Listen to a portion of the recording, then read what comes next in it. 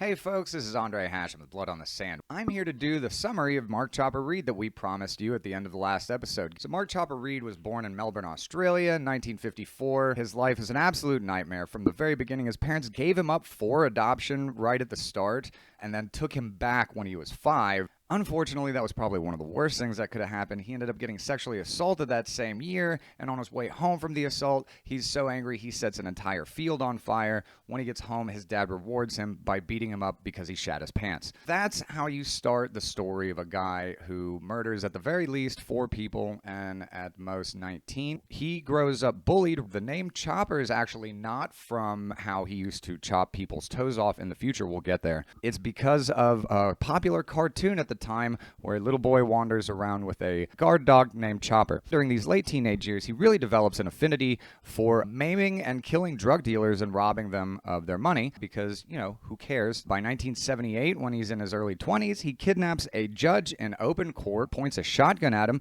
but the judge, because it's Australia, kicks him in the balls and they restrain him and take him to jail for about 12 years. In jail, he doesn't like his surroundings, so he has a master plan to get out. He cuts off his own ears, and it works for about a month. They put him in the insane ward, but apparently after his ears heal, so does his brain, and they send him back into the general population. About 10 years of absolute chaos ensues. He starts up a giant gang war that's so violent that his own gang stabs him a whole bunch of times in order to get him to stop. He lives through it, obviously, because we have a lot more story to go. He gets out of jail, almost immediately starts causing trouble. He shoots a guy in the chest at a nightclub. That guy actually wants to get revenge on Chopper, so he gets his boss.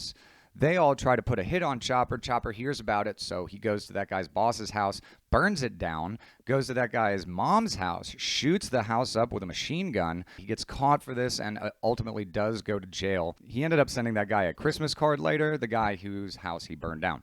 It's fantastic. He's a really big fan of sending cards out. All this time out of jail, he hasn't reformed himself at all, so there's another hit on him from a Turkish gang. So they try to lure him out to a bar, but he whiffs it out, and he shoots that guy in the head. Now, there's tons and tons and tons of witnesses to this, but Chopper gets out because he pleads self-defense. So he gets off of that, but there were witnesses for that crime that he committed where he shot the guy in the chest and then burned that guy's boss's house down, etc., etc. So he actually does get convicted for that. He ends up spending 2 years in jail for all of those crimes. Then when he's let out, he finally goes into semi-retirement. He publishes his first book on his time in jail and becomes wildly famous and wildly popular. He goes to retire to Tasmania, where all good retired mobsters go. Unfortunately, there are motorcycle gangs there. Now, this is hilarious. In Australia, they call motorcycle gangs bikie gangs. So there's a boss of a bikie gang. There's a bikie gang boss. First, he ends up shot in the stomach in Chopper's car by Chopper's gun. Chopper actually drives him to the hospital. This ends up being over the fact that this bikie boss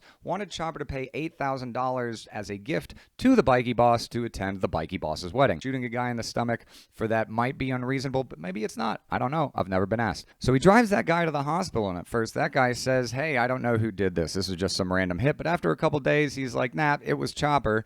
Chopper gets sentenced to jail for this for 6 years. He's declared a dangerous criminal with capital letters, which means he's officially a permanent danger to society. So he's put away indefinitely. It's something in Australia called the governor's pleasure, which sounds really pleasant, except it's not because you're in jail indefinitely. But he's got a plan to get out of jail just like the ears thing, except this time it's a little bit more pleasant. He gets married. This actually does work. It gets the judges to think that combined with the book, he will now be a more peaceful, productive member of society and won't do anything to hurt the earnings of his new literary career. So he gets out in 1998. He has a bunch of drunken kerfuffles on national television doing interviews because, again, he's famous now, so he's doing like the Jimmy Fallon circuit of Australia.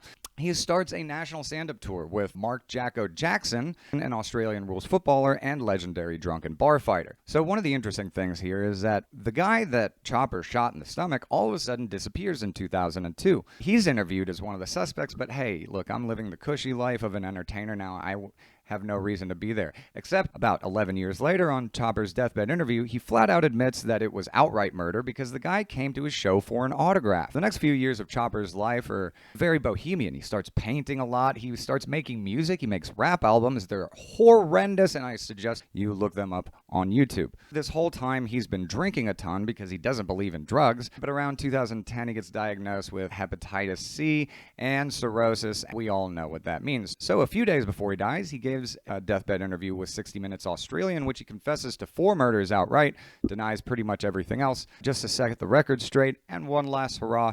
Chopper was one hell of a crazy story. I had so much fun researching. I wish the entire podcast was about him, frankly. He's just the most entertaining person out there, and also, I don't like learning new things. Thank you for watching. Please check out our other stuff.